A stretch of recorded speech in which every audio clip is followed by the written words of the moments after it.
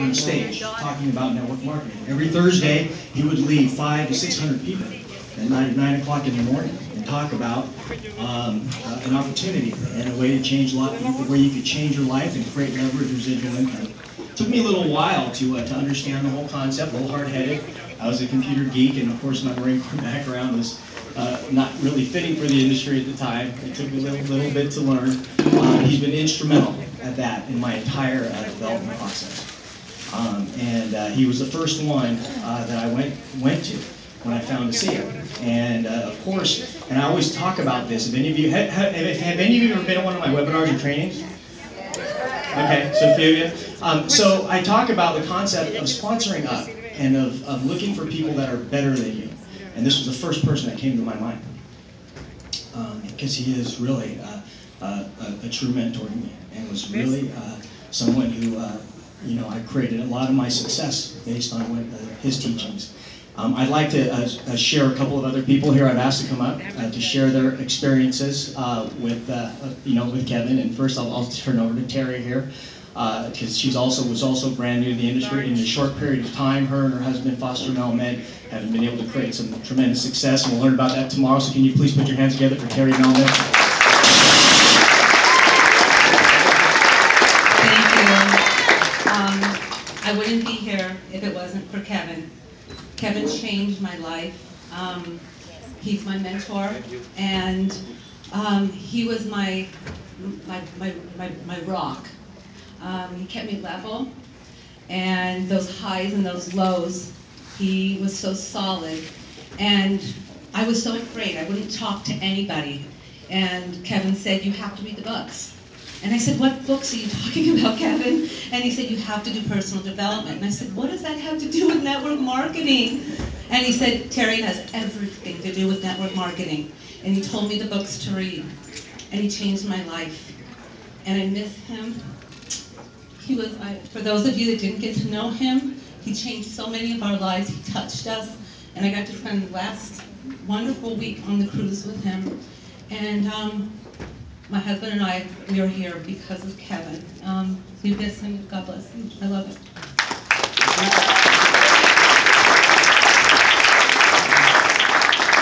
I also asked Colleen to come up because not only in our organization, and as I was sharing a little earlier, we created Team Reactive to try to pay it forward and try to basically help whoever we possibly could. And Colleen, not even in our organization and by any means or any strands, is, I think, a great example of lives that Kevin Porter has touched. So I asked her to share something. So please put your hands together for Colleen Rowe.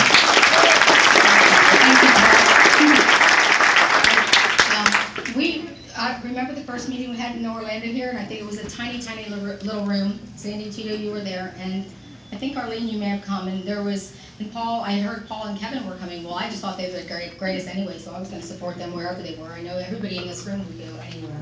So I went, and it was a small little area, and I remember it was going to be their first Team Reactive regional that they put on that helped start a lot of these meetings that we have in dinners like tonight. And so I went up to Paul and Kevin and I go, "Well, can I go?" Because I mean, I wasn't really part of their team or anything. And they go, "Yeah, Colleen, didn't you get an email or anything?" I said, "No, but I want to come." And I think it was in 2 weeks. And it was just such, just the way that they were so warm and inviting. But then that night I had left something at the meeting place, and one of the people called me, so I met them both out at dinner. We were walking out, and Kevin asked me, pulled me over aside. He said, "Colleen, can we talk for a second?"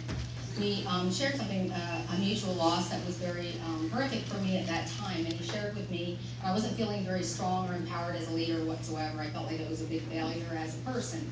And he pulled me aside, and I was really struggling to even show up at the meeting. And he said to me, "How long has it been?" And I said, 2 years. And he said, "You are doing unbelievable.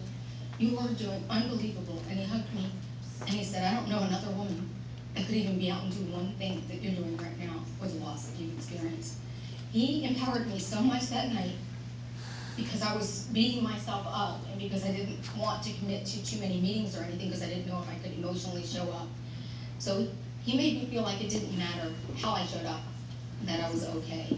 And when I was beating myself up the worst, he shared with me that you're doing marvelous when I thought I was just horrible. So that was one experience. But another time that really affected me huge is it was right around the same time we're going to go out to the Team Reactive meeting, and he said, Colleen, I need a PowerPoint. And I'm like, oh gosh, you don't know, I don't know how to do any of this stuff at all. Don't put a computer inside in front of me at all. And then I called him and I said, well, Kevin, I'm really late in all this. And I said, well, what time are you going to be in Las Vegas? And he goes, oh, don't tell anybody. And I go, what? And he goes, well, I promised my bride we're going to a concert, so I'm not coming till tomorrow. And I go, give me a break. You are awesome. And he taught me right then. I said, how do you do that? How are you so balanced? Because my biggest problem in life is I constantly get out of balance. And I said, I mean, we talked for probably an hour at that time. And he loves, and still will always love his beautiful bride, Rebecca, that's here. And he said to me that, well, we had a date and we were going to a concert. And so they're putting together this huge event at, which hotel was it? The M Resort. The M Resort. It's a phenomenal resort, a phenomenal event that they're working like crazy, 24 hours a day putting together. And he had this priority of keeping balanced and going out on a date with his wife the night of that it started, and then showing up the next day. And he said, Colleen, you have to have balance in your life. It gets out of balance and you just have to take, and I go, how do you do it? You seem so calm, you seem so together at all times. And I know you're running around like a banshee behind the curtain. And he goes, no, you have got to take time. I wake up every morning, I take a deep breath, and I'm so grateful for the day, and I count the blessings that I have. And then you keep your priorities in order. I can't tell you how many times when I feel so out of balance, I just feel like I've got this angel on my shoulder telling me, get it back in balance immediately and put your priorities in order. He taught me two wonderful lessons: to not be so hard on myself, but to remember the priorities in your life and your priorities of your family, and keep it in balance. And I will never forget that, and it's going to be with me for the rest of my life. And I think that's the way he touched everybody that's in this room that we've met. And my heart hurts every time I see Paul, because I lost a son, and my two boys, middle boys, are 11 years apart. And every time I feel like that's how you guys were. The two of them were connected at the hip, like my two middle boys.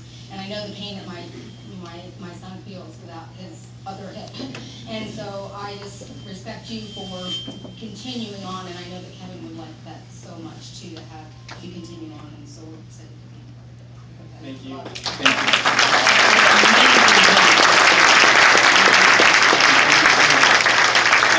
I would like to also recognize Rebecca. Are you here? Rebecca Porter. She's in the back.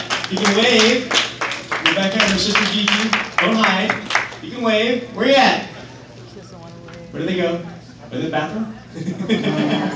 They are here tonight, and you'll see Rebecca. And matter of fact, the picture that you see behind me, and when Colleen talked about balance here, this was within the last couple months of Kevin's life. So we went to Lake Tahoe, and we were actually going to meet up there and do a little bit of skiing and snowboarding, and then also do some business things. But for some reason, after we were there for 5 days, we realized we didn't do anything business related. and we looked at each other. Usually we're very good about that. That's usually our priority. But for some reason, it just wasn't in the cards. And I think we knew afterwards, why. And but it was such a blessing for us to go here to the beautiful Caribbean cruise in Jamaica and Grand Cayman. That's how he spent the last time, his last moments here on this earth, and he went very peacefully, very happily, and I think we're all blessed because of that. And I'd like everyone, if you have a glass, you can raise a glass to my good friend, mentor, and just all around great guy, Kevin Porter. Here, here.